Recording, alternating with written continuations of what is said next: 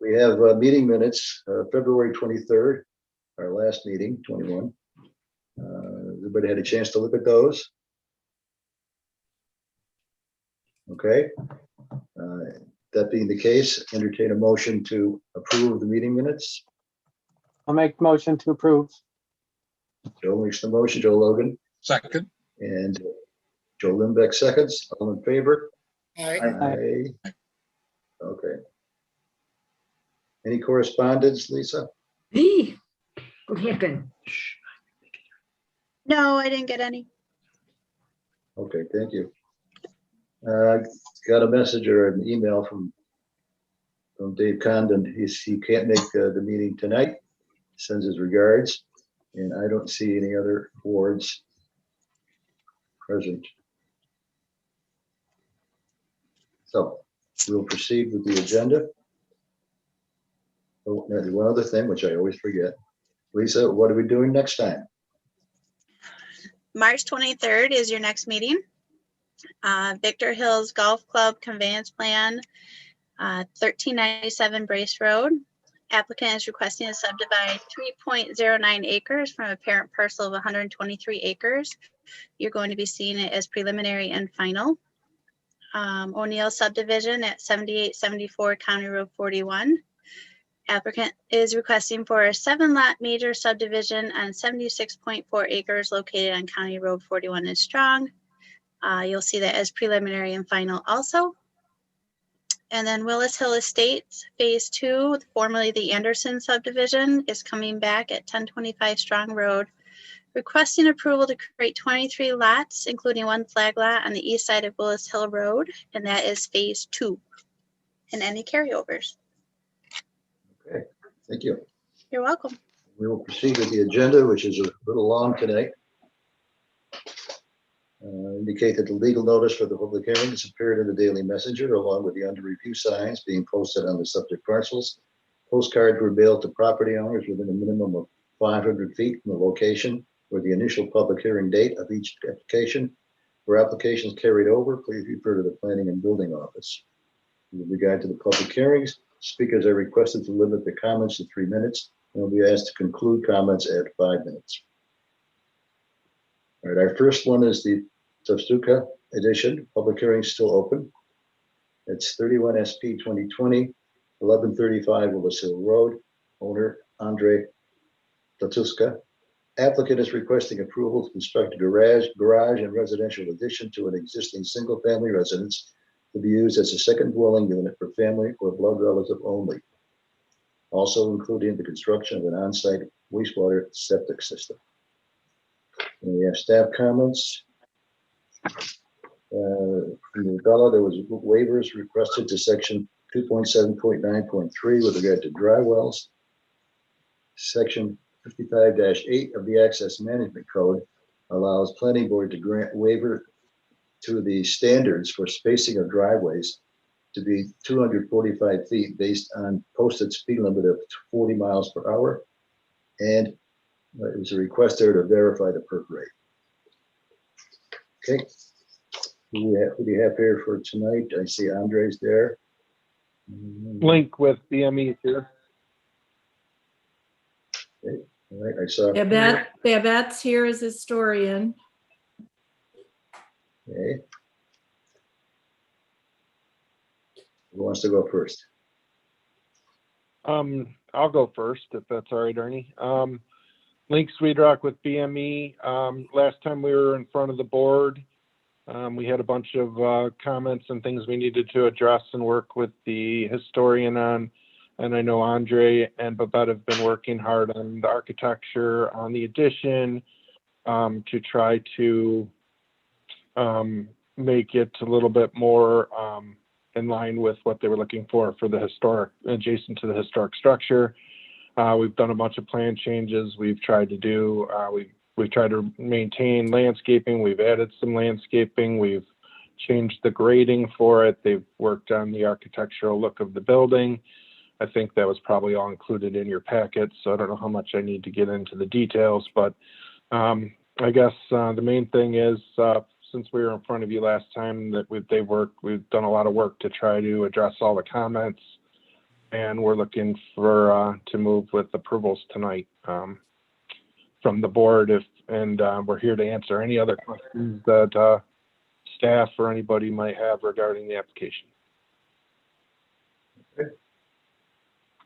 Babette, you want to chime in? Sure. The applicant has been extremely receptive to the recommendations of John Barrow, who is the architectural preservation architect. And although it isn't perfect, we've come to a good compromise. And I know that I had asked the applicant to have all of his materials, building materials, windows, and other things before you gave him the building permit or the permit to start this addition. But he's worked so well with me, and I trust that, and he has also told me in an email that we'll work together with the materials for the addition. And the only other thing I hope is that we will add some more. I know you're taking trees down because you have to, but I'm hoping that you'll add some more so that it will be less visible from the street view. Okay, thank you. Sandra, are you here for this one? You're muted. Oh, yes, my husband, I'll let my husband sit here. Let me just move aside. She's actually for the Bologna house demo. That's the next one. Okay. She's All right, on. we'll get to you next. I'll move. We'll get you Next. get to you Oh, next. okay. So we're gonna mute you. Okay, anyone from the board have any questions or comments? Joe Logan, we'll start with Joe Logan. Sure, Ernie, thanks. No, I think the developers, the architects did a great job in lowering the height of the building, getting it to fit. The only question, I had two items I'm questioning. One is the height of the windows on the front of the dormer there. They seem to be doubled in height almost from the original plan. Oh, not original, but the previous iteration. And then on the back of the breezeway, you have full height cobblestone, which you won't see from the road, but it seemed to me it would just be, you just need the same height as what's on the back of the building. Joe, I think those are recommendations of the preservation architect. Okay. So are you willing to look? I'm talking to Link, I guess, and your team, considering those comments from the architect? I think, are you saying that we did what they asked, or you're saying that you want to change what we have? Because Well, I think there was a change in the height of the windows on the front of the addition, and they look out of place. They look too tall. That's my opinion. I think that preservation architect also had similar comments, and same with the cobblestone on the back of the breezeway seemed to be in full height, and I didn't think it needed to be that way. So minor comments, I guess, from my perspective, but the building does look unusual with the very tall windows on the second floor. Yeah, I guess I didn't notice that, Joe, but I guess that would be up to the board to make that decision. Can I share the screen? That might help. Sure. All right. Andre, are you on? Do you want to chime in on this? You're muted. Andre, we can't hear you.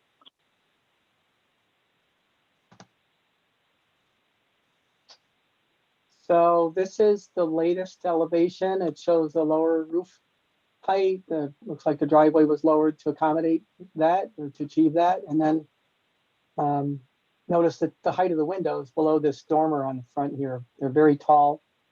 I was thinking that they might be more in line with what was done the last iteration, just that the building would be lower, but the windows became almost twice as tall. That's what I'm talking about with those. So this is Okay. the current iteration. I guess I'm looking for Andre to chime in on that. I don't know if he's on or maybe he's not on. He was. So he was around. So I'm not sure what drove that change, Joe. So Okay. I can't answer that without the architect or Andre probably. Yeah, and then on the back side, it shows this breezeway with full height cobblestone. I thought it would have been adequate just to run it straight across and have some of that white tie together from the main house to the addition through the breezeway. But like I said, it's not a view from the road, so I don't think it really affects the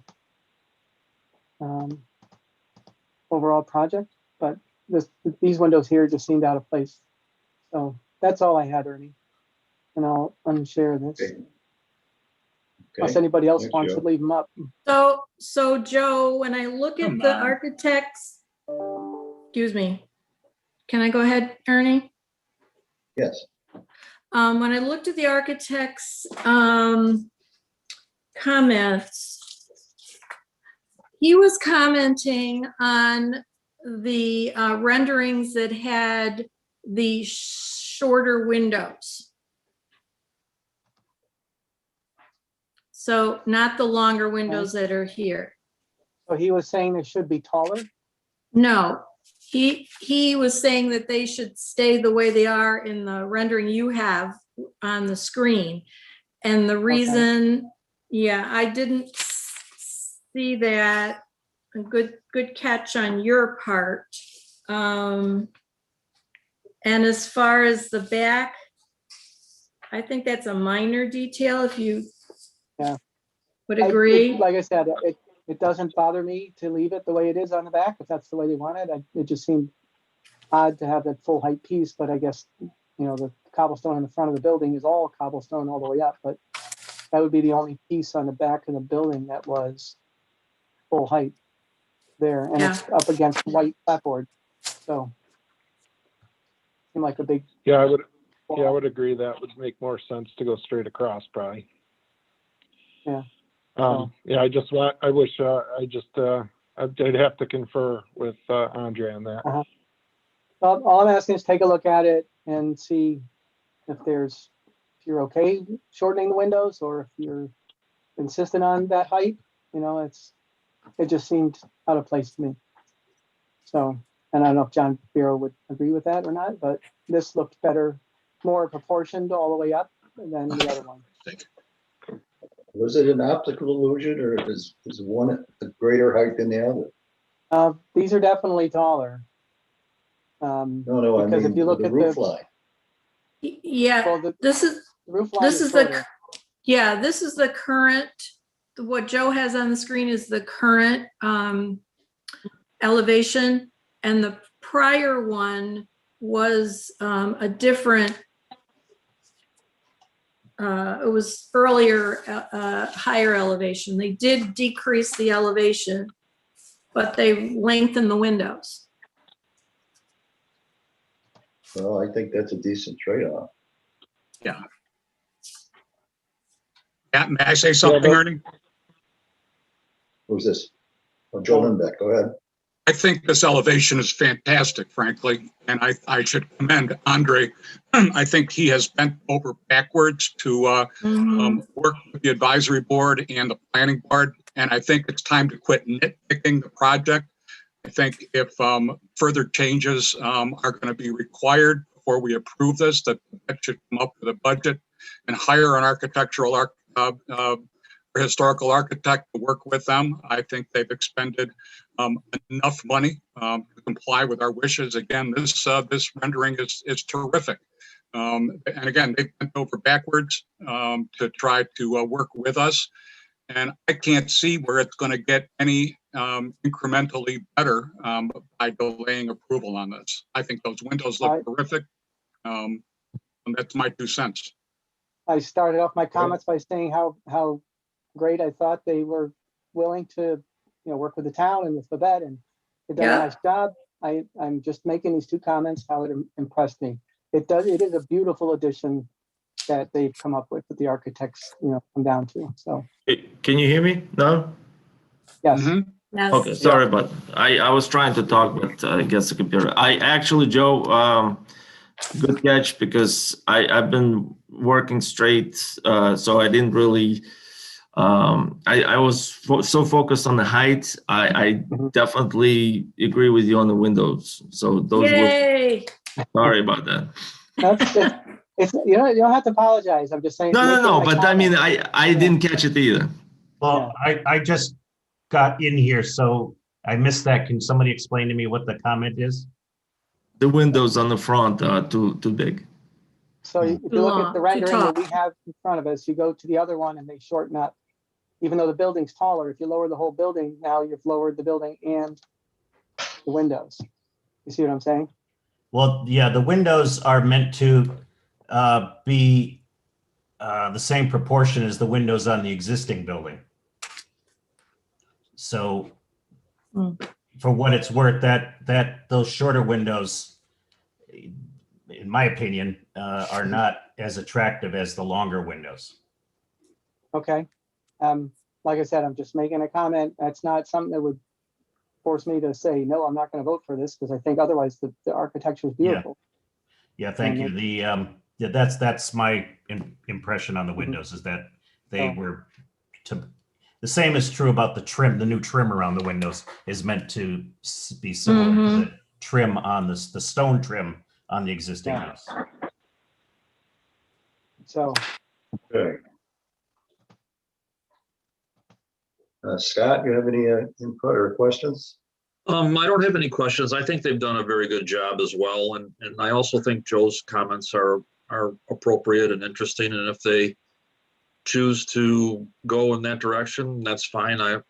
Whether the windows are short or long, I guess it doesn't really matter to me. I think it looks very, very nice, very tastefully done. mhm. Okay. Al? So not to be redundant and speed things along, I echo all the comments up to this point. I think given the site constraints, the applicant's need for the garage and living space, and all the feedback we've had from our consultants and the board, I think they've come up with a very good solution here. Okay, thank you. Susie, anybody send in any comments? No comments. Okay, thank you. All right, if anybody from the board have anything else? If not, we have a resolution. Should I move to close the public hearing? Thank you. Yes, you may. I'll Move to second. close the- Okay. The motion is to close public hearing. All in favor? Aye. Hi. Public hearing is closed. This is a resolution for the Topstuska addition, 1135 Willis Hill Road. Today's date, 3/9/21, application number 31 SP 2020.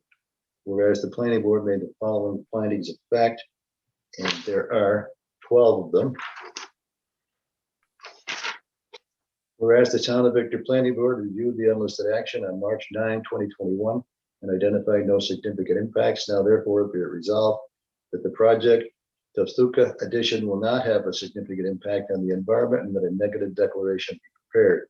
And be it further resolved that the application of Andre Topstuka site plan entitled 1135 Willis Hill Road, drawn by BME Associates, dated October 2020, received by the planning board November 11, 2020, and architectural renderings drawn by Identity Design, dated January 20, 2021, and as revised March 2, 2021. Planning board application number 31 SP 2021 be approved with the following conditions. Conditions to be addressed prior to the chairman's signature on the site plan. One, that no final signatures will be given on the plans until all legal and engineering fees have been paid as per fee reimbursement local law adopted November 25, 1996. Two, that the comments in the letter dated December 4, 2020 from Lobella Associates be addressed. Three, that comments from code enforcement officer dated December 18, 2020 be addressed. Ongoing conditions. One, that the site plan comply with the Town of Victor design and construction standards for land development, including section 4.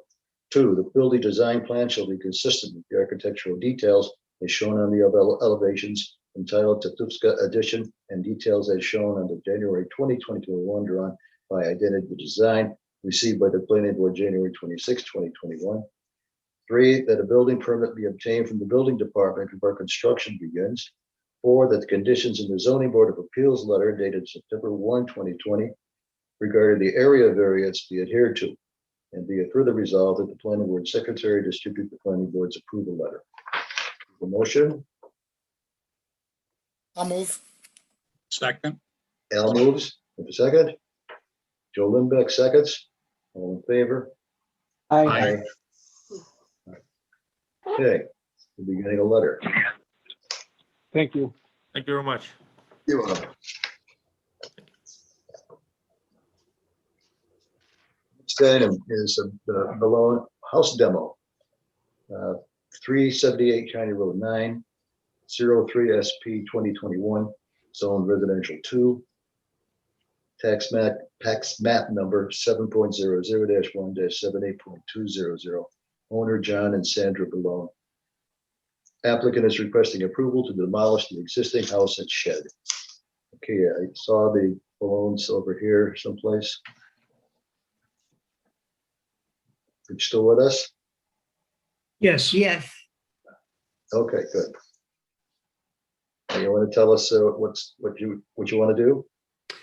yes, we like to demolish the existing farmhouse and the shed and build a new house for our residents. Okay, this would be torn right down to the ground and start over.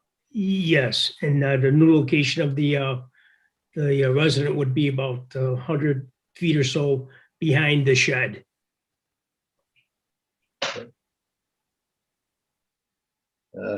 Babette, you look at this one. What are your comments? Yeah, I had no problem with this. The house is, it's in very poor condition.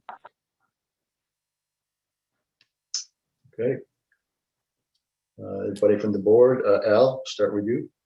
No questions. I mean, after viewing the pictures, I would certainly concur with Babette's comments. Yeah, me too.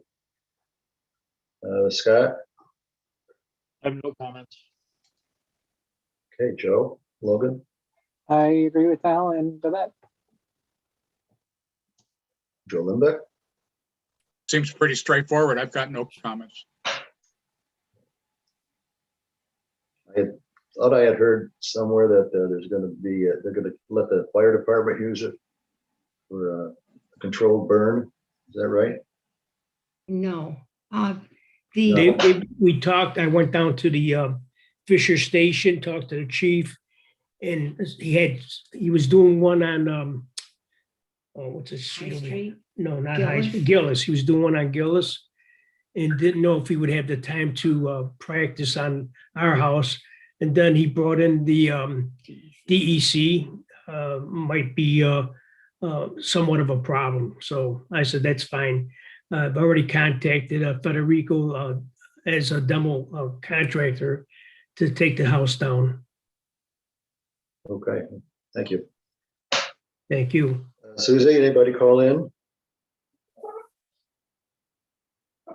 No comments.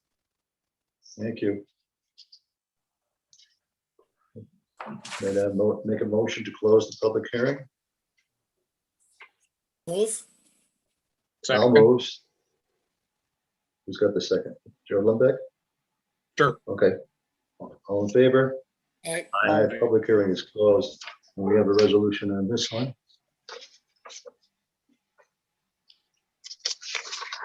This is for the Malone House and Shed demolition, 378 County Road 9. Today's date, 3/9/21, application number 03 SP 2021. Whereas the planning board made the following findings of fact, and there are 7. Whereas the town of Victor Planning Board reviewed the unlisted action on March 9, 2021, and identified no significant impacts. Now therefore be it resolved that the project 378 County Road 9 demolition will not have a significant impact on the environment, and that a negative declaration be prepared. And be it further resolved that the application of John and Sandra Malone, site plan entitled Malone House and Shed demolition, received by the planning board February 10, 2021. Planning board application number 03SP 2021 be approved with the following conditions. Conditions to be addressed prior to the chairman's signature of the site plan.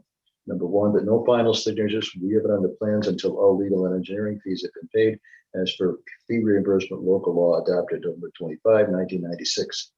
Two, that comments from code enforcement officer dated February 24, 2021 be addressed.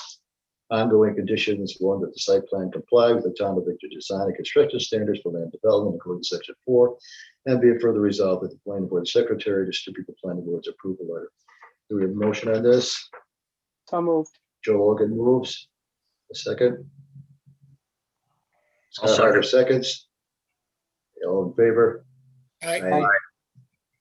Okay. You'll be getting a letter. Thank you. Thank you very much. You are welcome. Our next item is the Thirsty Turtle patio expansion. 7422 State Route 96, tax map number 15.00-2-20.200. This is 04 SP 2021, zone commercial slash light industrial. Owner is Theodore Rund.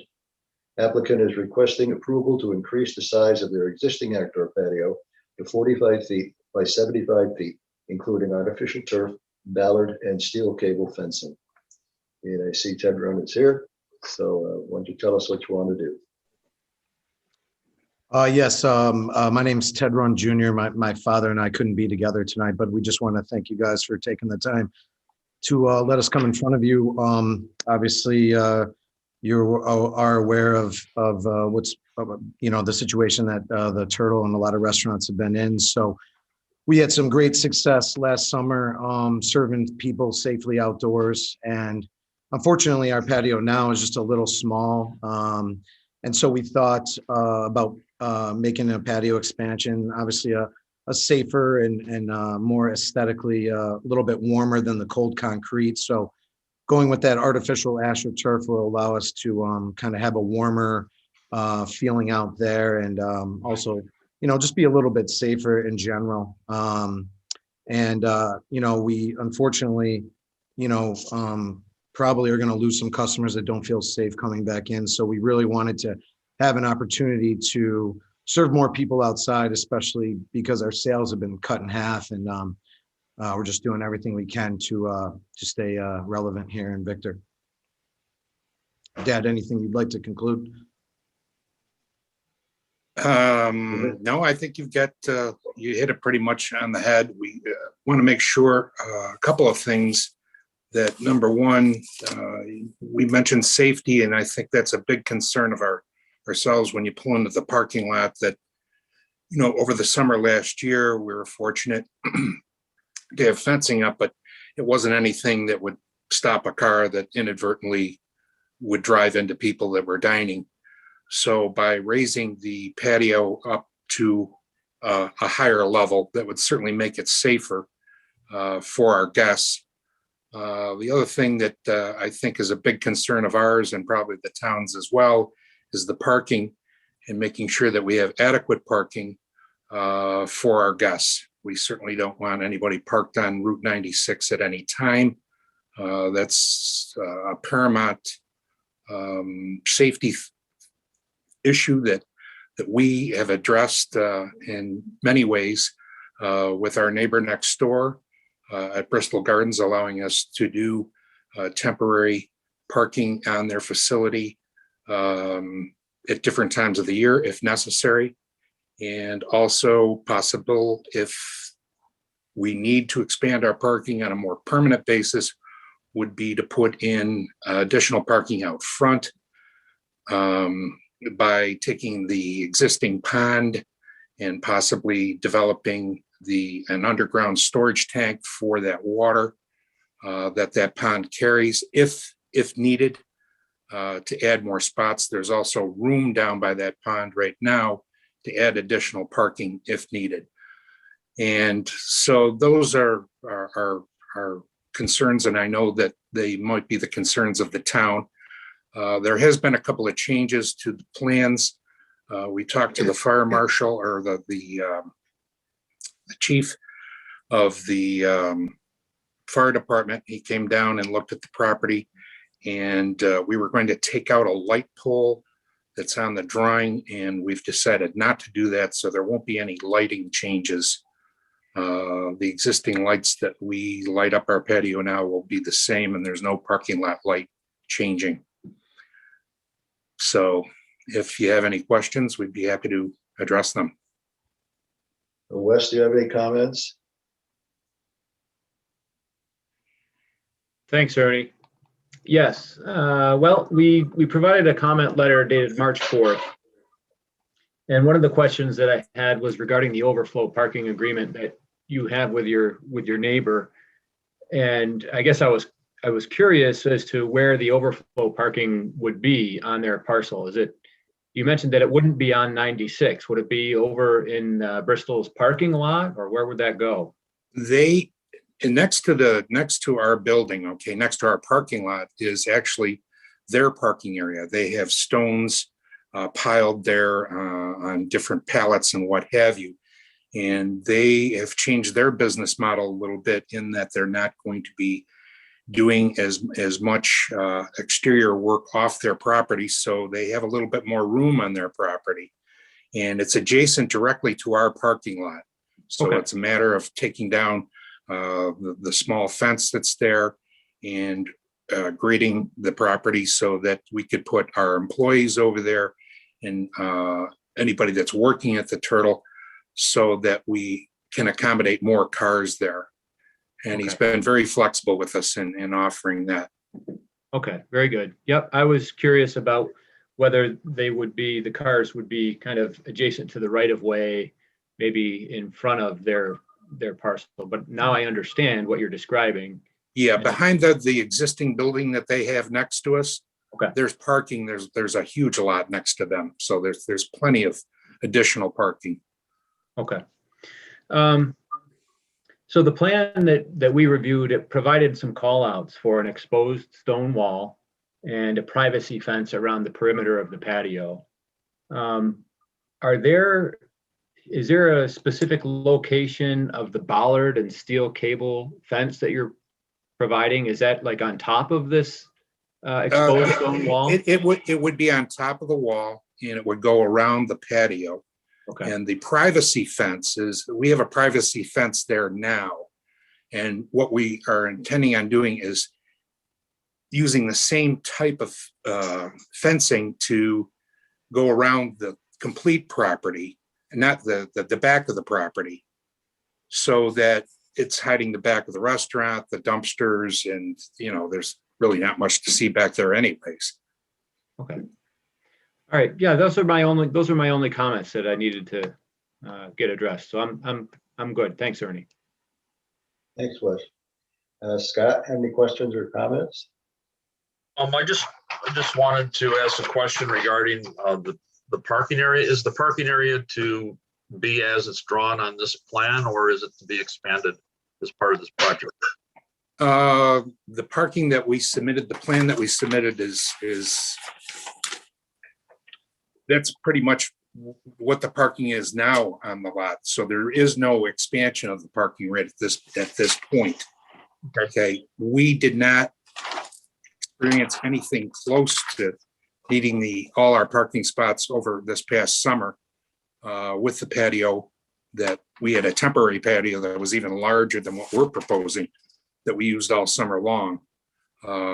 So we had all those spots blocked off, and we really didn't have parking issues whatsoever last year at all. I was just curious from what you had mentioned before as to whether there was parking being expanded as part of your project, but it sounds like you're doing a few drainage improvements and this specialized patio, for lack of a better description. The drainage is for the turf because it's not a concrete base. The additional space that we're putting in is basically a concrete buffer around the outside, and then there's sand, and the carpet or the turf goes on top of that. So the water, when it rains, it drains through into the sand and into the ground. That's why we're going to channel the parking lot so it goes into our existing storm sewers now. Okay, I have no further questions. Okay, Al?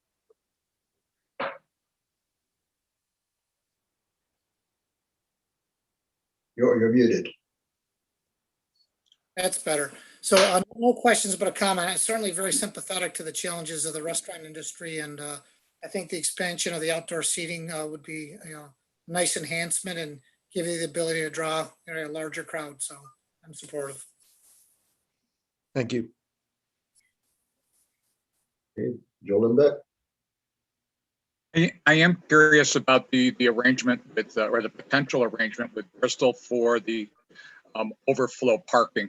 Are you seeking at this point to take down the fence and do the grading, or is that just some potential future, or it's going to help you with a future need?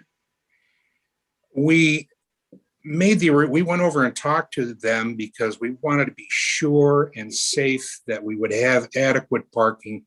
And if we need to do it, we wanted permission from him to do it, which he did give us, and we would do it because we do not want our patrons anywhere near 96. We want them up by the building, and we want our existing parking to stay the same. And if we need additional parking, then we would approach and work something out with Bristol's to lease part of their property seasonally to handle some of the parking that we might need.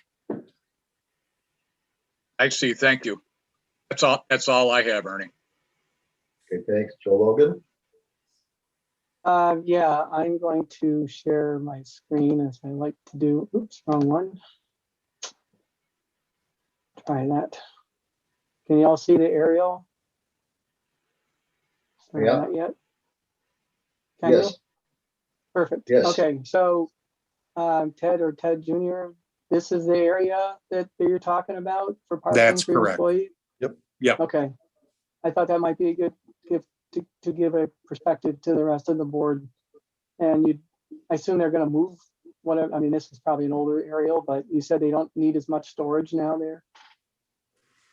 Yeah, they're getting out of doing really the lawn care for staffing and stuff. So they're really just gonna be a distributor of plants and mulch and products and stuff like that. They're gonna cut down on their installation. So that whole area is potentially available, and obviously he has the crushed stone. We could kind of fence that off, and it would probably be an area, like my father said, where we would be really just putting staff there, et cetera. I don't see it being something that we're doing permanently. We currently have 108 spots, and if I could just add, I know it's hard to maybe believe it, but there is way more. I mean, I've been there for 12 years now, and there are so many more people, and for a good reason, taking Ubers and being safe about coming and enjoying themselves or leaving their car if they've had too many, obviously. So it's been interesting. I think the last time that you guys graciously allowed us to have parking in the Turtle, we lost that whole middle row on that image right there, and we weren't even really close to maximizing the parking. But it's nice to have that option through Bristol's, obviously. So speaking of parking, this center row here where there's two cars in this aerial, the right half of it is going to be gone, right? That's correct. Because on the image, you have just these yellow ones here, which is the left side of that set. So you're losing about 11 or 12 spaces by my count. So you're saying that's not an issue for you? That's correct. Okay. If you look down, and then the other question, go ahead. If you needed more parking down by the pond in the front, in the lower lot, there's more room down there between the last spot and the pond to go over further there. And also south of the pond, there's room on that back row to add more spots there as well. And that's not a major impact. Mm-hmm. Okay, and then my last question is, are you entertaining putting a roof over it, a tent or enclosure of some sort? This is phase one. Phase two, we would like to do a pavilion okay, and maybe a bar outside. But that would be something that we would submit plans for and architectural drawings that would be necessary for that. We've been in touch with Pioneer Millworks out in Farmington, and they've done some very beautiful pavilions so that we could deal with inclement weather. And they actually are going to do the privacy fence along the back for us. So that is really phase 2 of the project, and we haven't even decided where that would be placed on the turf, and it would only be about 75%, between 60 and 75% of the patio. Okay. Yeah, that was my biggest concern for all these businesses that have a need for outdoor seating is, once it's raining, you're not seating anybody. So always good to have. Well, that we option. we did a tent last year. We own a tent, and that is our tent. And if need be, we would put the tent up temporarily on the existing on the new patio. But the pavilion is something we'd really like to do, but we wanted to get a feel for, how this works this summer, and maybe do something like that come fall. But that's would be phase 2 of this project. Yeah, I'll just echo Al's comments and others that support this. I think that it's certainly a need for it, and I definitely support your expansion here. So thank you. Thanks for that, and I'll stop sharing. Joe, can you share their screen again and show that image that you just had up? I have a question, for the applicant, I think. And my question stems from, that's the one. That's the image I'm looking for. So the plan that Labella reviewed and provided comments on looks a little bit different than this one. And what we did not see on the plan that we reviewed was it looks like there's a proposed catch basin and some proposed HDPE drainage piping and replacement of some storm pipe. Is that part of this project? You're going to be doing there currently is 3 catch basins in the parking lot right now in the front row. On that front black line, you can see there's 3 catch basins there. Okay. Our parking lot desperately needs to be taken care of. We get an awful lot of water that comes down from the hill. Right. It gets underneath the parking. So we were planning on putting in better drainage underneath the parking lot when we repave it to hook up to those catch basins to keep the parking lot dry, because the parking lot is just, with the water going underneath it, it's very tough to maintain a good quality parking lot. Understood. Yeah, that's a valid concern.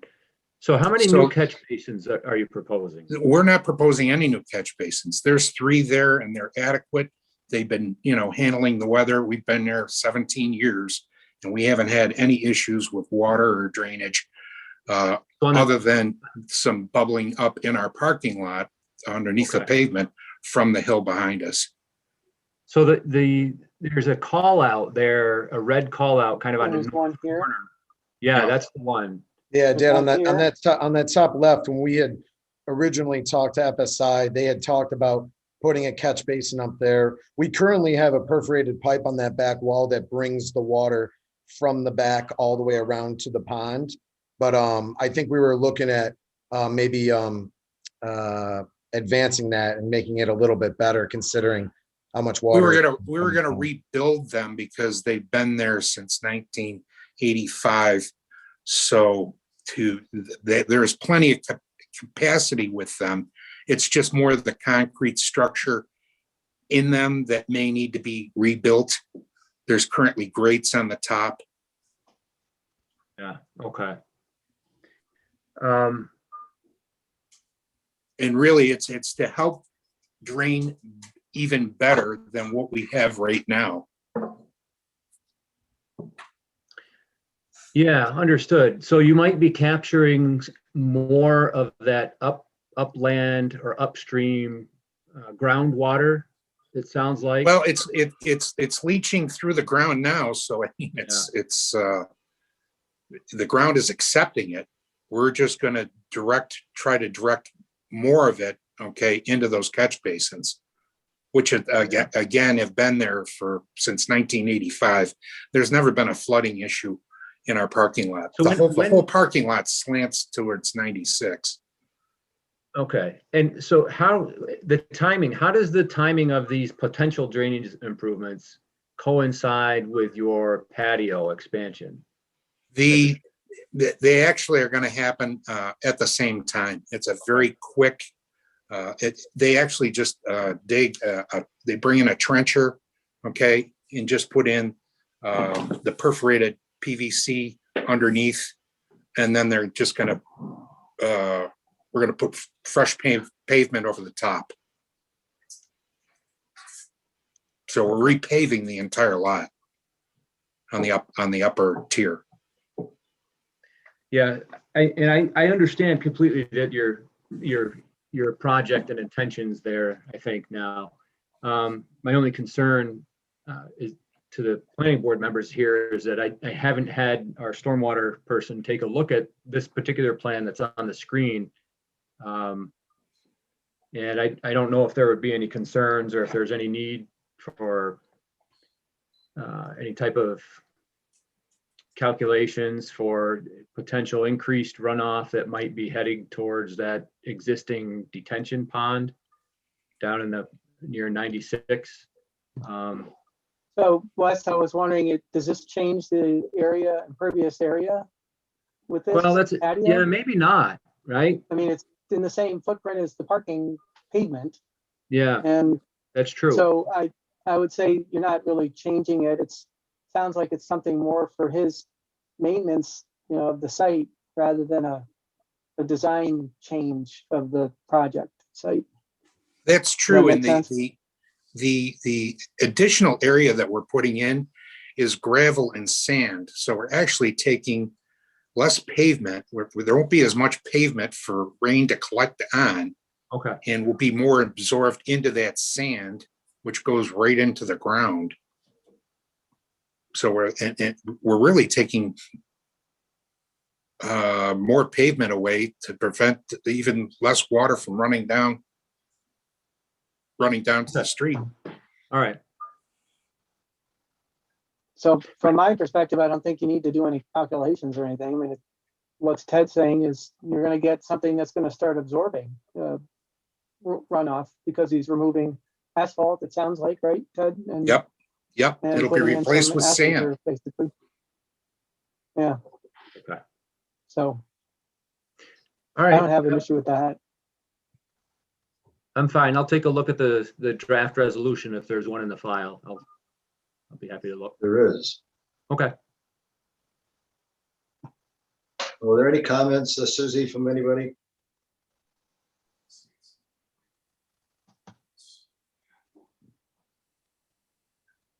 Susie? No, there are no comments. Okay, thank you. There is a resolution. Just putting these up, Susie or Lisa? I am, Or just a Kim? second.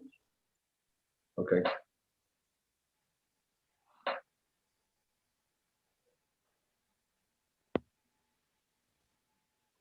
Okay, Wes, there it is on the screen.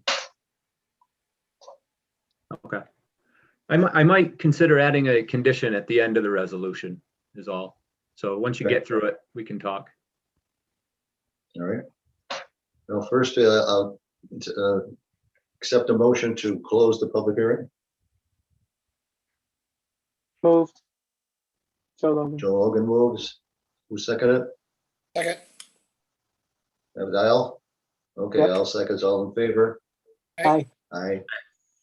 Public hearing is closed. Aye. And there's the resolution, and we'll do it now. It's for the Thirsty Turtle patio expansion, 7422 State Route 96. today's date, 3/9/21, application number 4SP 04SP 2021. Whereas the planning board made the following findings of fact, and there are 7. Now therefore be it resolved that the application of Theodore Rund site plan entitled Thirsty Turtle Patio Expansion, drawn by Semino Architects, dated July 3, 2006, received by the planning board February 18, 2021, last revised March 4, 2021. Planning board application number 04SP 2021 be approved with the following conditions. Conditions to be addressed prior to the chairman's signature on the site plan. And Wes, stop me when you want to do it. 1, that no final signatures will be given on the plans until all legal and engineering fees have been paid as per fee reimbursement local law adopted November 25, 1996. 2, that the comments in the letter dated March 4, 2021 from Labella Associates be addressed. 3, that comments from code enforcement officer dated February 24, 2021 be addressed. And Wes, anything there? Yeah, so for the ongoing conditions, maybe we could Okay, add, that's next, ongoing conditions. Go ahead. so as for ongoing condition number 2, I might suggest that we add a provision that states, should underground water conditions be encountered during construction, that the property owner notify the planning and building department request the just a site inspection by someone in the planning and building department. Usually have that in there, but yeah. Well, that's usually happening when you got excavations and things. This one is that, I guess, thinking of a patio in the same spot didn't generate that, but I agree with Wes. That's a good point. You know, may have to intercept some of that drainage line you've already got out there and, you know, carry it so it doesn't bubble up through your patio or otherwise cause some problems. And then if for some reason the building department decides that they want to talk to someone in Labella, you know, they have that opportunity, but maybe we don't need to be involved. Okay, when the ongoing additions are 1, that the site plan comply with the town of Victor design and construction standards for land development, including section 4. And 2, Wes, you want to say that again so it's on the record and Lisa can pick it up? Yeah, I'll try to recite that again. Should underground water conditions be encountered during construction, the property owner shall notify the town planning and building department and request a town official come and inspect the conditions. Okay. And be it further resolved that the planning board secretary distribute the planning board's approval letter. Okay, who's going to make the motion here? I'll make the motion. Anybody? Joe Logan makes the motion. You got a second? I'll second it. Scott Harder makes the second. All in favor? Aye. Aye. Aye. As amended. Aye. Okay, you'll be getting a letter. Thank you. Thank you very much. We appreciate it. Welcome.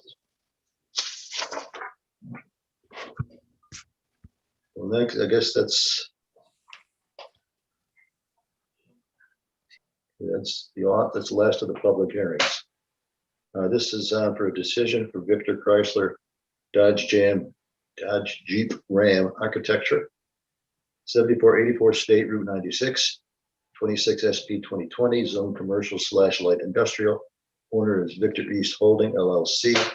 Applicant is requesting approval for architectural renderings for the 31,240 square foot Jeep dealership per ongoing condition number 2 of planning board approval on December 15, 2020. So Matt is here. I saw his name earlier. Architect Joe O'Donnell is here as well. Okay. Under the name Catherine O'Keen.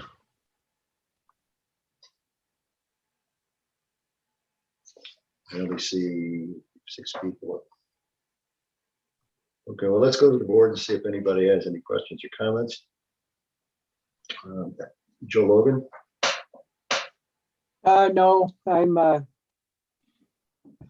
think this is fairly benign in terms of architecture. It's not loud, but it's modern, as you will see in any car dealership along that strip or anywhere else, frankly, for that matter. So I was okay with it. Okay, thanks. Algalina? Yeah, pretty much echo Joe's comments. I mean, I think it meets the business needs, and I can accept it. It is what it is. It's a car dealership. Joe Lindbeck?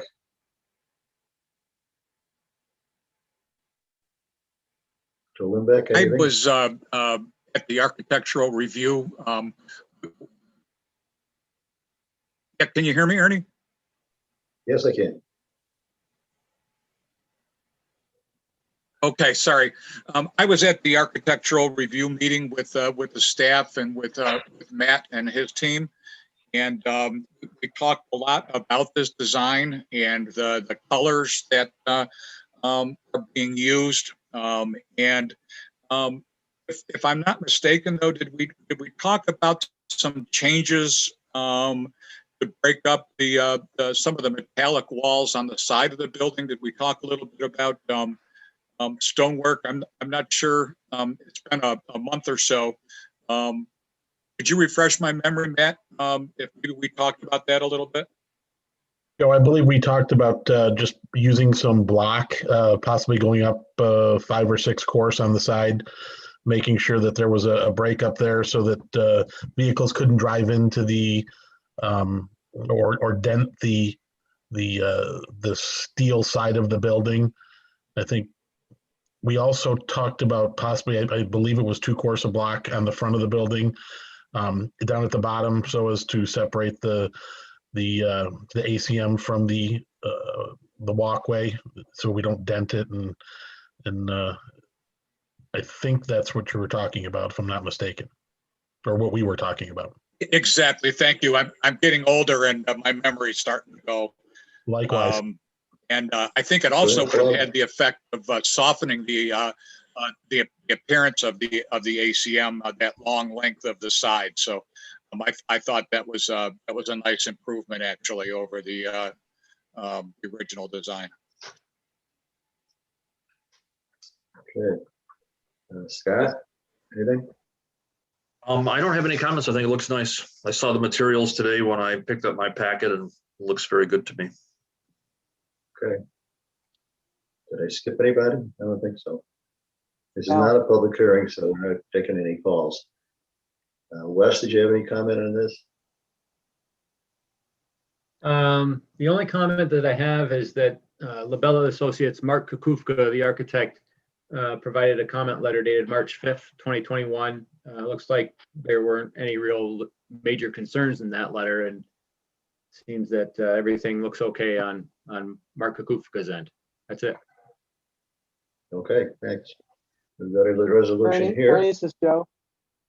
Ernie, just did I skip you? Matt mentioned, no, but I have another comment based on what Joe Lindbeck brought up. Okay. The block that you're talking about, Matt, is that just smooth concrete block, or were you going to use like a textured finish to it?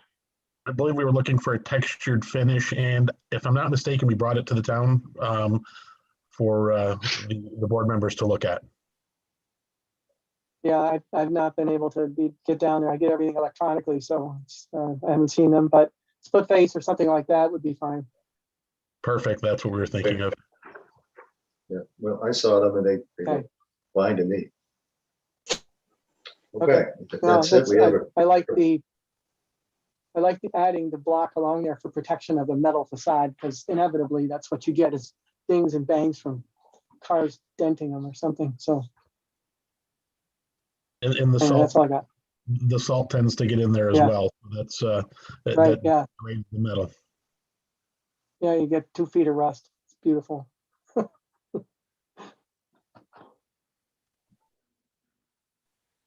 Okay, we're ready for the resolution? Okay. This is for Victor Chrysler Dodge Ram and Jeep Architecture. 7484 State Route 96. Today's date, 3/9/21, application number 26 SP 2020. Whereas the planning board made the following findings of fact, and there were 4. Now therefore be it resolved that the building design shall be consistent with the architectural details as shown in the building elevations entitled Victor CDRNJ, dated February 22, 2021, as prepared by Greater Living Architecture and received by the planning board on February 23, 2021, be approved with the following conditions. 1, that the comments in a letter dated March 5, 2021 from architect consultant be addressed, and be it further resolved that the planning board secretary distribute the planning board's approval letter.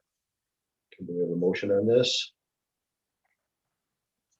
Does that architect's letter mention the block, the block courses at the base? Don't know. Because if that came from a meeting and the architect hadn't addressed it, I think we should at least put in a statement saying. Was that in the Dropbox, Lisa? It is.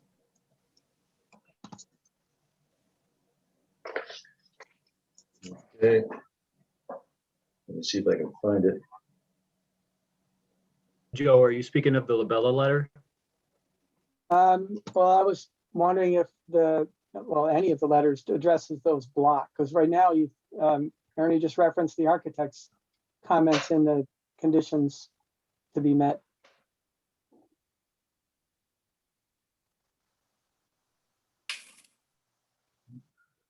I just want to make sure that we have that to fall on.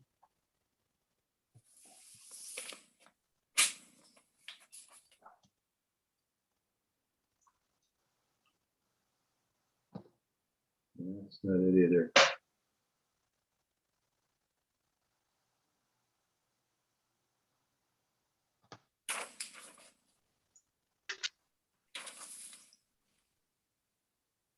Now, is that shown on the elevation, on the west elevation and the north elevation? Is that where you're talking about?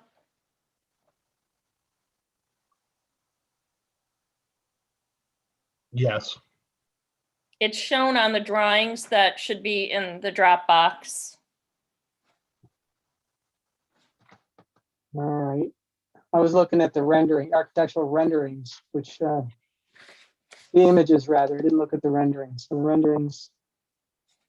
Yeah, the north elevation and the west elevation, it looks like it shows that block that you're talking about.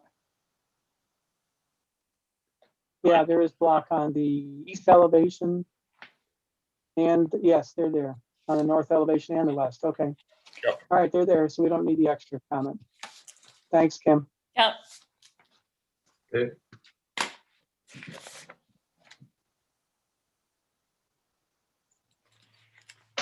Now I gotta get back in here.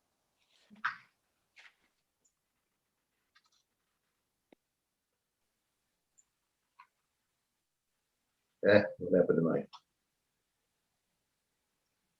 Well, anyway, somebody gonna make the motion on this to approve? Sure, I'll make it. So moved. Joe Logan? Joe Logan. I'll second it. Okay. Second. Was Scott, second? All All in favor? Aye. Aye. Aye. Aye. All right. There we go, I'm back. Okay, our next item is. Thank you all. You're Yeah, welcome. you're welcome. You're welcome, Matt. This is a waiver from design and construction standards. It's the Will site plan, 7634 State Route 251, 05 SB 2021, zoned residential 2. Owner is Luke Will. Applicant is requesting a waiver from the design and construction standards for the vertical grade of a driveway not exceeding 10%. All right, and do we have Mr. Will here? Yeah, this is Tim Tuskewitz. I hope you can hear me. Yes, we can. Yeah, okay. I'm the architect representing Luke. He first looked at this site in 2019 and liked it. And so he hired MRB to do the design there. And they did that and went to the town and everything looked real good. So Luke purchased the property and now we're looking for formal approval. And Kim got comments from the town engineer that there are some questions about the grade. We've got a 9.5% grade on the driveway there, and but it's not a perfectly straight slope, and so it's a little subjective. And the town engineer thought the best route to approval would be to get a waiver from this board, and so that's what we're here asking for. I think make it clear to the board, we're not approving a site plan here. It's just a waiver that they're asking for from the design and construction standards with regard to the pitch of the driveway. This is similar to the one that we had at the corner of Linall and Route 96 a couple, 3-4 years ago. Joe and Al, I don't know if you remember that one, but. Ernie, I can provide a. Ernie, it's still for sale. It sounded like a great idea to build plan. after all. Ernie, I can provide a little color and context here for the planning board. Certainly, you've got a nice introduction already. And as was said, the only thing that the planning board is reviewing and looking at is the provision of the design and construction standards that limits driveway slope to 10%. The building department received a building permit application and was reviewing the application. And my understanding is that they felt, the only entity, in my understanding as well, is the only entity that can provide a waiver to the design and construction standards is the planning board. The town engineer, we don't have the ability to say, this driveway, don't worry about it. It's okay, even though it exceeds, 10%. It's really up to the planning board. We can be here as a resource to you. And one of the things that we did on the site plan that Lisa had, or maybe it was Susie had up on the screen, is we colored in the areas where it appears, based on our measurements on the scaled drawing, that the slope, where the slope driveway exceeds 10%. Now, there are areas of the driveway that barely exceed 10%, right? And I think the maximum slope is maybe in one part of the driveway, maybe close to 14%. But so for example, you see the orange shaded areas on this driveway, and it should also be noted that this driveway is existing now. It's not something that the property owner is looking to do. It's something that already exists, but the building department felt that, they really didn't have that ability to continue to process that building permit application if this driveway question isn't resolved. So we've taken a look at this. It's an existing driveway now. There are some areas, generally probably between 10 and 12% here. It's not very extreme. And so we were asking ourselves, well, what would happen? What would occur if we require the property owner to bring this driveway into compliance with the 10% maximum slope? Well, there's going to be a greater area of disturbance. That's likely what would result. So this is kind of a sloped area already, and it's likely going to cause that greater area of disturbance and likely cause some additional erosion and compromising the slope stability in areas where, right now it's kind of intact and it's not an issue. We've also taken a look at the file. It appears that the fire marshal for the town had taken a trip to this property, and they were interested in driving up the driveway to see how, whether or not they could get their equipment to the proposed home site. I've seen the email. I can't recite it completely, but generally the fire marshal didn't seem to have concerns with the way the driveway exists today. So, I think based on, Labella's interpretation here and Labella's view is that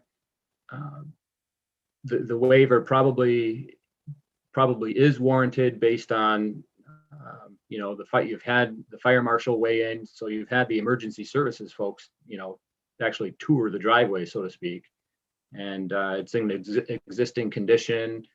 There wouldn't be a need to disturb any other steep slopes in the area.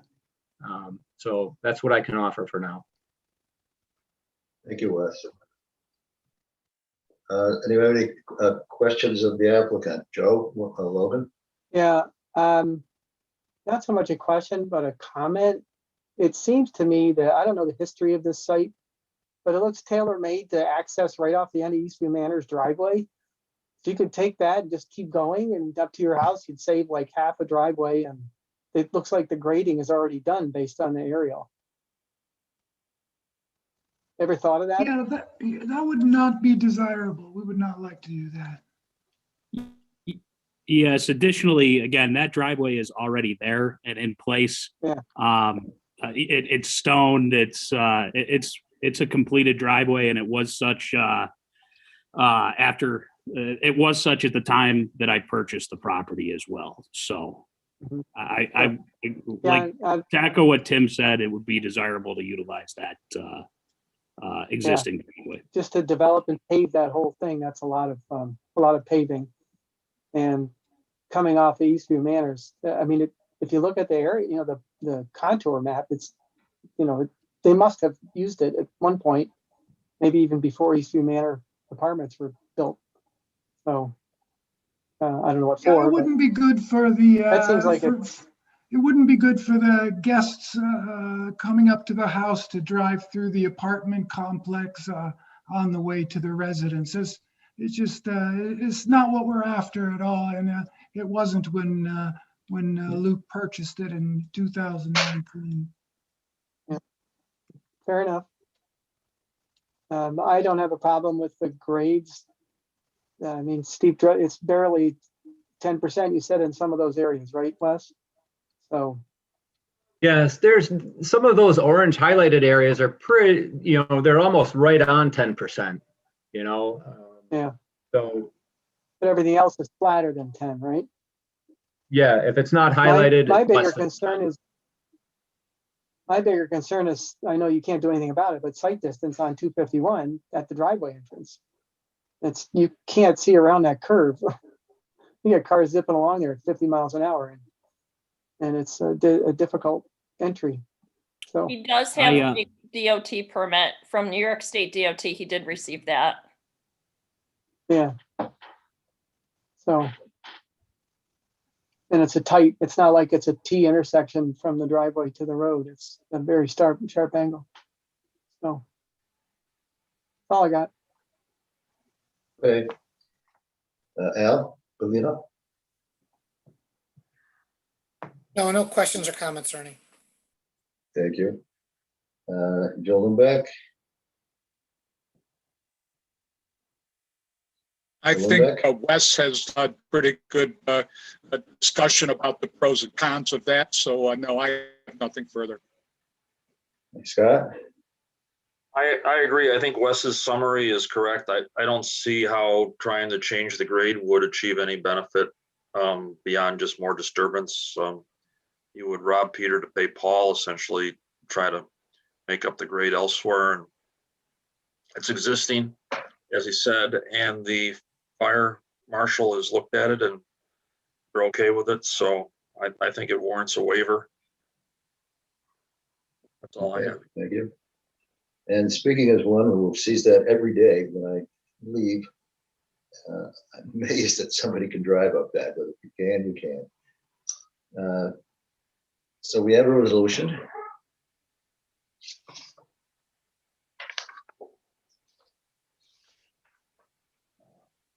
This is a resolution for the Luke Lil waiver, 7634 State Route 251.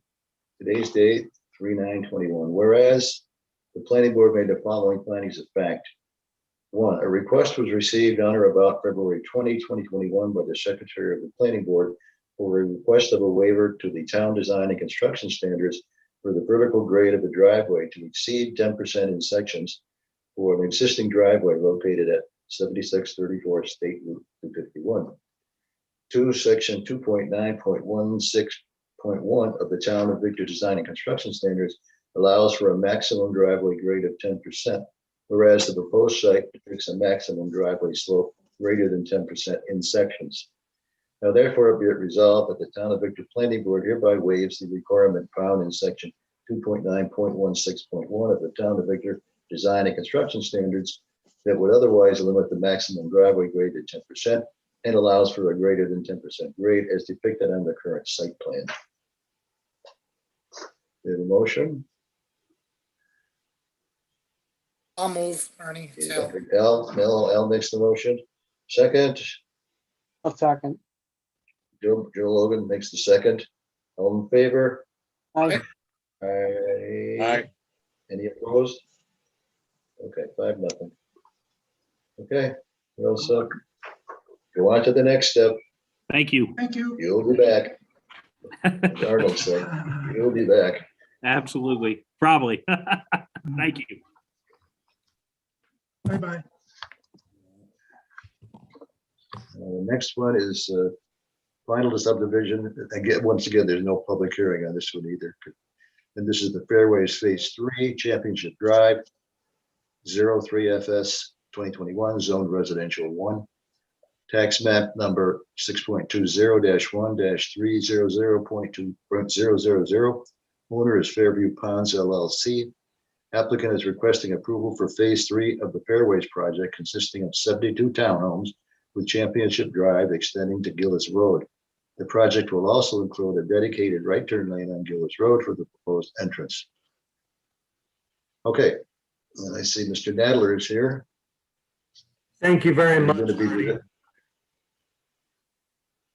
Thank you, Ernie. We're happy to be here again. I'm Chris Nadler with Mark IV. With me tonight is Brian Powers, our Director of Engineering, Chris DiMarzo, the owner of the property and president of Mark IV Enterprises, and David Cox from Pastoral Engineering, our design engineer. As you stated, we're here tonight for final approval for our Phase 3 of the Fairways project. You're all familiar with it. You're all familiar with our Champion Hills golf course. And as everyone agreed last time, and as the Conservation Board stated, it's a great project, and we're here to finish it up. I think we are ready for final site plan approval. Thank you very much to Labella, who prepared a resolution of final approval with conditions. We love building here in the town of Victor. We thank the town staff and the planning board and Labella for all the work they've put in, and I'll turn it over to David Cox to present the project and answer any questions you have. Thank you very much. Yeah, Chris, I think you kind of wrapped it up mostly. I think the last meeting we really went through the project and everyone was pretty happy, but there wasn't any resolution prepared.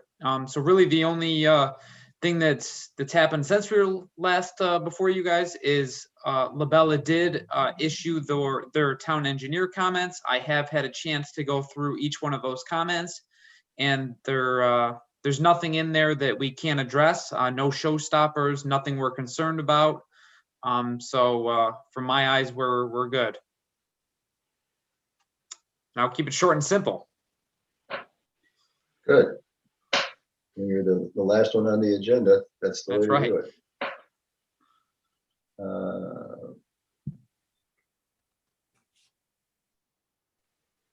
I've lost the ability to go to my Dropbox. Ernie, would you like me to go through a few of my comments? Yes, please, Wes. Okay. I'm going to try to share my screen here. As David said, there are no real showstoppers. However, I do have a few items that I wanted to call the planning board's attention to. So what we're looking at here is the proposed Championship Drive, the intersection with Gillis Road here over on the right. And as we described in our comment letter, the proposed right-of-way at this location is about 80 feet wide, right? And the reason why that was 80 feet wide, I suspect, was the previous iteration of the plan included a landscaped island or a median right in the middle of the roadway here, which has since been removed from the plans, kind of in coordination with the Highway Superintendent, Mark Years. So I think with that adjustment, and I'd be happy to listen to Pastor Rowe's response if they have one. Maybe there's another reason why they want to maintain this right of way at 80 feet. But after consultation with Mark Years, he was in agreement that probably this portion of the right of way could go down to 60 feet so as to be uniform with the remainder of the project as you go into the project away from Gillis Road. That's a fairly minor comment, but it's probably something that we would want to see adjusted. It might. I'm sorry. Go ahead. Joe Logan. So building 310, if you narrow up that right of way, looks like it was set back from the widened right of way and might push the building back towards the road again. If you do that, I don't know. I kind of like it open the way it is, with the building set back a bit more. Okay. So we can certainly leave the building where it is, even if we reduce that right of way width. To keep it consistent, we can keep that building where it is proposed right now. Okay. And the other side, you got the sidewalk. I don't have a problem leaving the sidewalk where it is either, honestly, because it pushes it a little further away from the road, from cars coming in, that sort of thing. Yeah, So and Brian, it's Brian Powers. The only comment I would have is at the rear of 310, there's probably going to be decks on the building, which are not shown currently. And that building being pushed back is pretty close to the rear setback. All right, fair point. So I think it would be better, maybe we split the difference and push it forward at least 5 feet, possibly the full 10 that we're going to shrink the right away by. Well, there's nothing else between the property line and the road to worry about. So you make a good point about the decks and the position of the building. So I guess I'll retract any objection I'd have to sliding the building back up again. Okay, thank you. Okay. So that sidewalk, it appears that the configuration now, if this right-of-way line was moved closer to the roadway, it might result in a portion of the sidewalk being either on that right-of-way line or maybe just outside. You can kind of see over here where the right-of-way is 60 feet, that we're pretty close to the right-of-way line. So, and it looks like this kind of dips away from the road a bit. I don't think it's a problem either way. Maybe it might just require an easement, over the sidewalk, over the portion of the sidewalk that's not in the right of way. We can do. Let's see, a couple other things. Let me see here.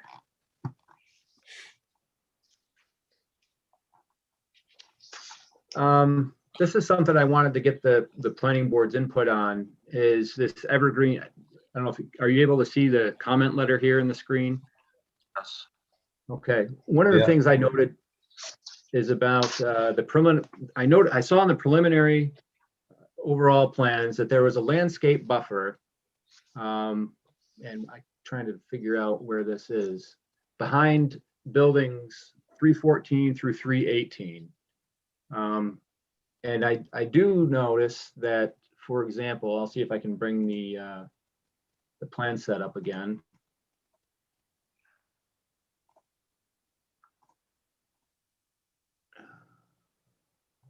I guess maybe it's this one. Maybe we're on the right one. Yeah, okay. So there's some existing vegetation back here. The preliminary plans showed maybe some evergreen landscaping in this area. The aerial photograph kind of looks like maybe there might be some sparse vegetation in here. in between, these single family homes over here and here. I'm not sure if the planning board wants to continue to require any additional landscape buffering from what's here. I can also show you I can try to show you an aerial photograph here. There's some pretty tall trees back there. Yeah. And you can go to the, if you go to Google Street View, to Yale Court, which is, that subdivision to the south. You can kind of see in between the homes, and it goes up quite a big hill, and there's quite some tall trees in the background. That's probably where you can see it the best. All right.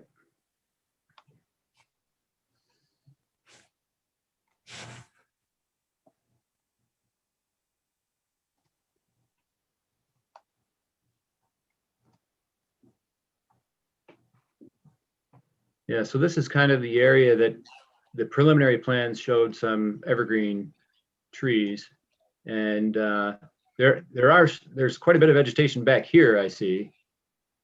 And then I'll also take a look at this street view over towards Yale Court.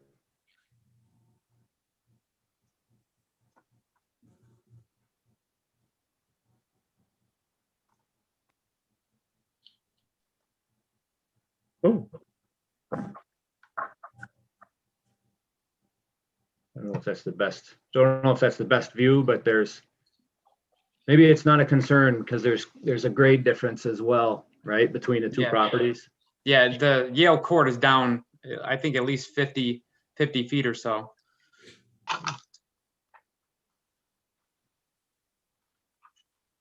Joe Logan, you're pretty skilled with this Google Earth and aerial images technology. So if you're seeing something different, feel free to share your screen. Well, I remember the sidewalk we did with this was first came before us years ago. And I remember that grade back there. Yeah. I'm on that same sheet, those views that you were just at, and where that tree was, just past the guy walking his dog.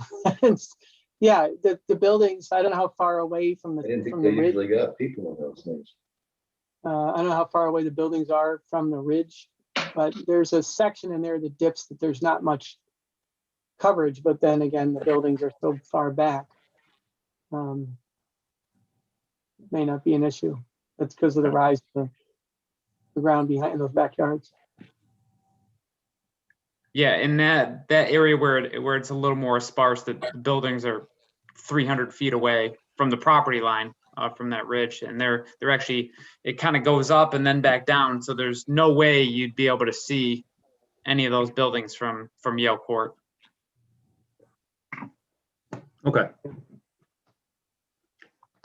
Maybe I'll go back and touch on the roadway again, since we were talking about the roadway. I should have mentioned that before this landscaping issue.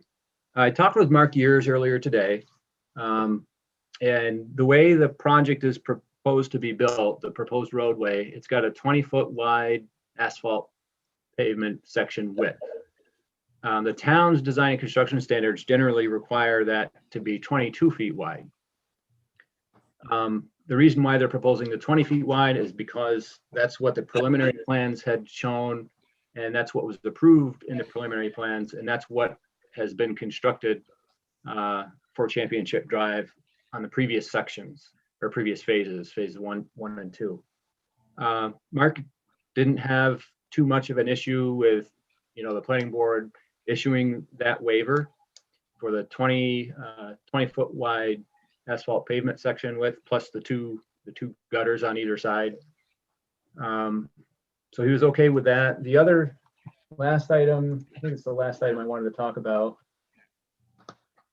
is the restriping of the Gillis Road approach to High Street.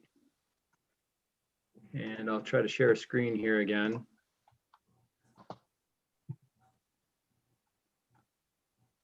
So this particular figure was being offered by the applicant because the 2006 seeker finding statement required that the project somehow pave a portion of the shoulder there to allow for cars to turn right onto High Street while not having to wait for the car in front of them to turn left.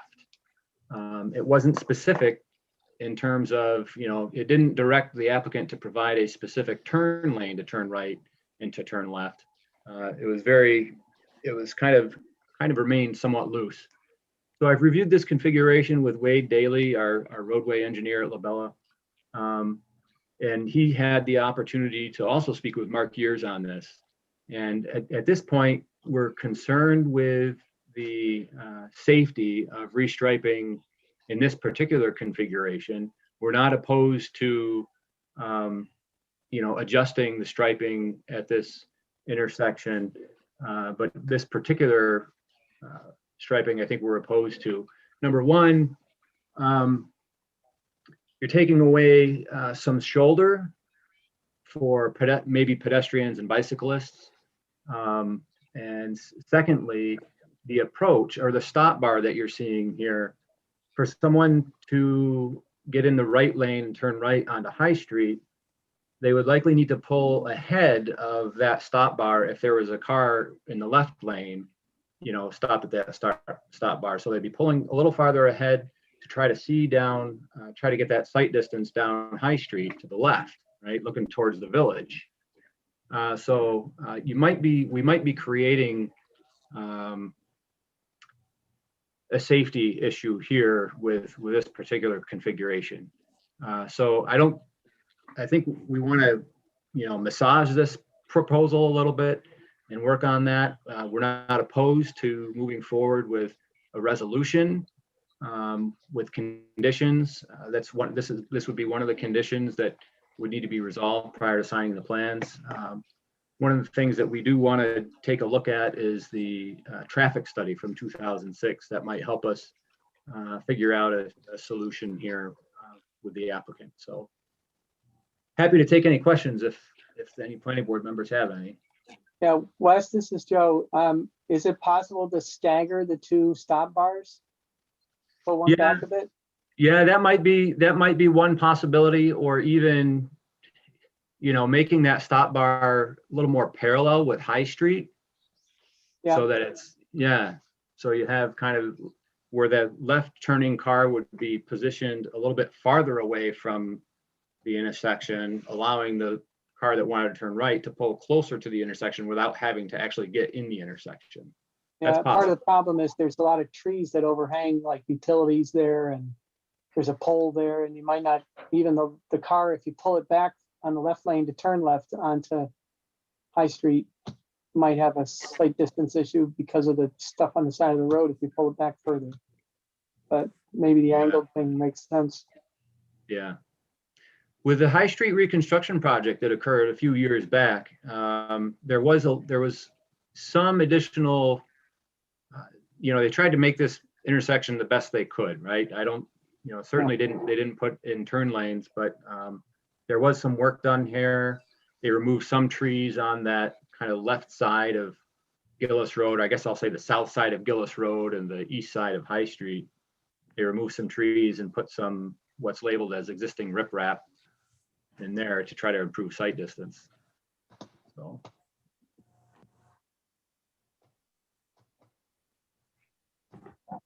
Okay, is any of the board members have any comment or question? Scott, anything? My comment on that is that I think if you do another stop bar, a staggered stop bar, whatever you want to call it, then if that car in the right-hand lane migrates further into High Street, then it would seem to me to interfere with a car that's potentially trying to turn left. So I think Wes's summary is correct, and I think maybe a more detailed look needs to happen with respect to this issue of the project, but I don't think it should hold up the approval. Al or Joe, either one.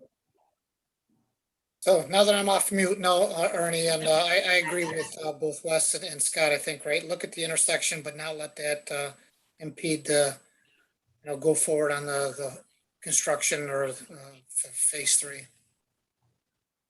Okay. Joe Lindbeck, anything?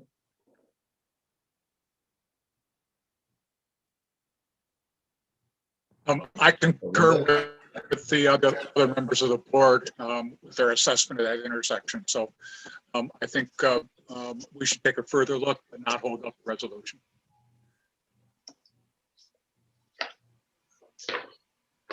Well, we have a resolution prepared. It's to draft, subject to change, but did everybody get it? Ernie, can I suggest a change or request, I guess? What's that? Chris Nadler from Mark IV. Yeah. Condition number 6, you have subdivision of the individual lots prior to building permits being issued. If possible, could we have that changed to prior to certificate of occupancies being issued for each unit? That'll achieve the exact same result for the town, but alleviate a lot of administrative headache for us. The town will still get the exact same subdivisions before we can use these. Yeah, that's not the 6 he's talking about. He's talking about the 6 that's right at the end. Oh, yeah, the final. Yeah. Anybody have a problem with that suggestion? No issue. Nope. Or say it again, Chris. Replace the word building permit, the words building permit with certificate of occupancy. Granted prior to. For all the units?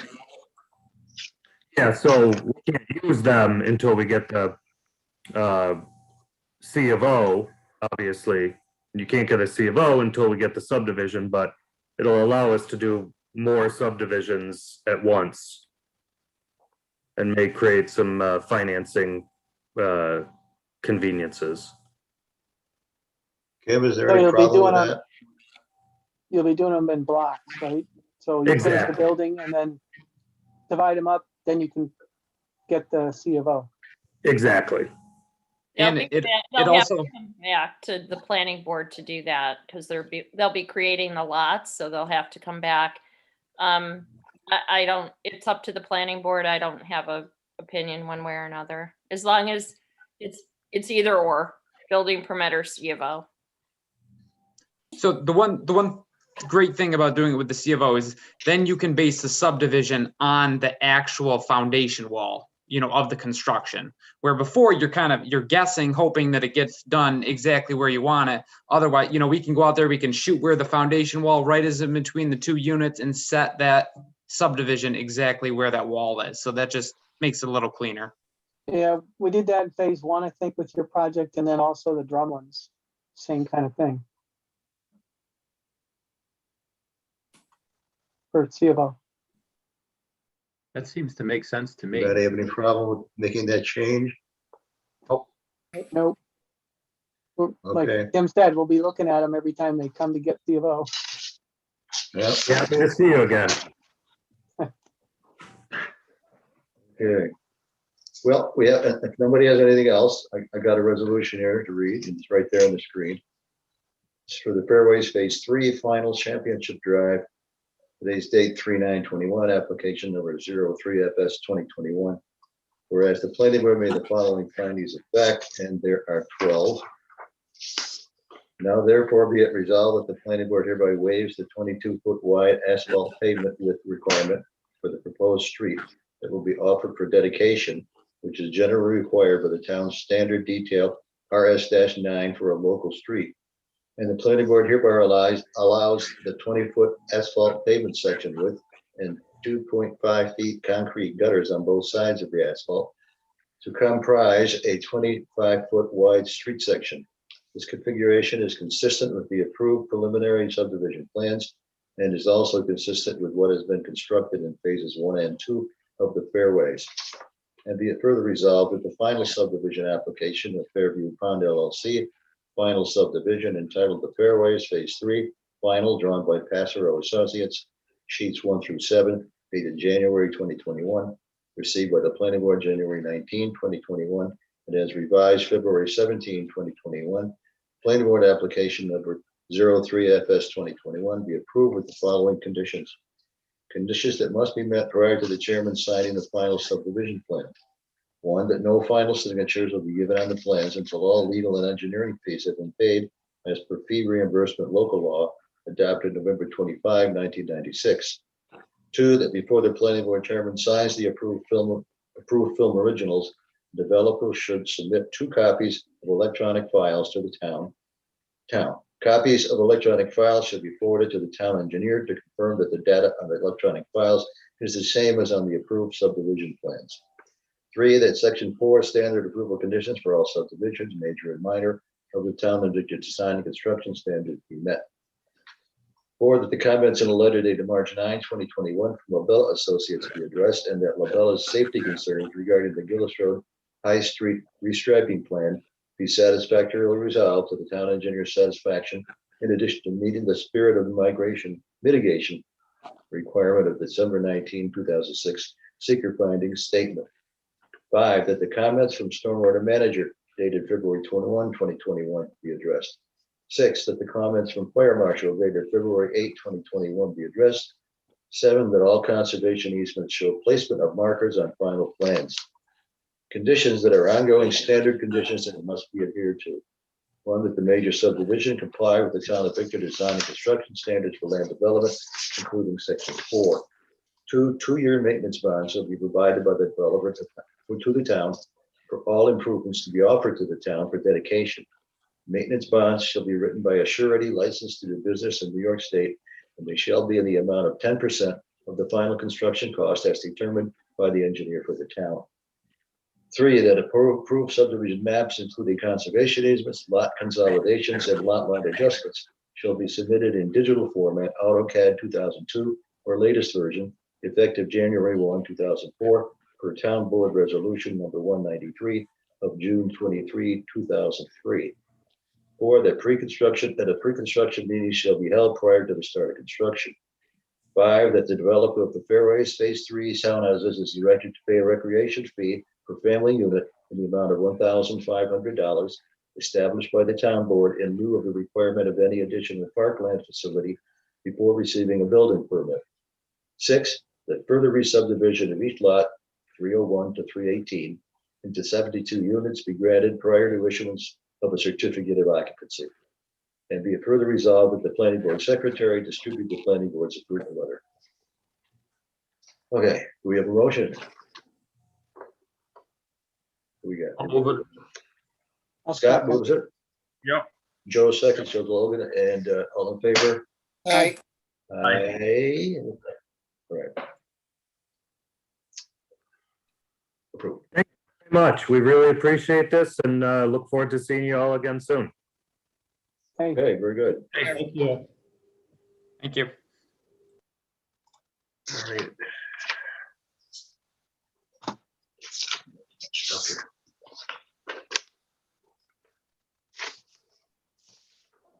All right, Kim, what is this discussion on the local laws? It's a Introduced for revision to discussion. the light industrial district regulations for special use permits. And we're adding into the special use permits, health and wellness uses that are intended to facilitate mind and body wellness, promoting healthy lifestyles for individuals, including but not limited to martial arts studios, yoga studios, and fitness centers. We're trying to broaden that a little bit in the light industrial district for the buildings that have become vacant, unfortunately, due to COVID. Hoping to, get some of those uses in there, but still having the planning board review them for special use permit. And that's it. That's really it. Unless there's questions. Okay. And the town board's just looking for any comment back to them. Well, I think that's a good thing to do. Help fill the empty buildings and hopefully get some more tax revenue for the town. Plus, it's a less intensive use of that zoning category, so it can't really hurt. And like you said, Ernie, it helps fill the buildings and gives some other businesses opportunities where they may not have. Right. Okay. Anybody else have any comment? Yep, agree. Agreed. Sounds Okay. pretty positive from everybody. Very good. And that concludes our agenda. So we would entertain at this point a motion to adjourn. So moved. And then Joe Logan makes the motion to adjourn. I'll second. And as always, Al Galena seconds the motion to adjourn. All in favor?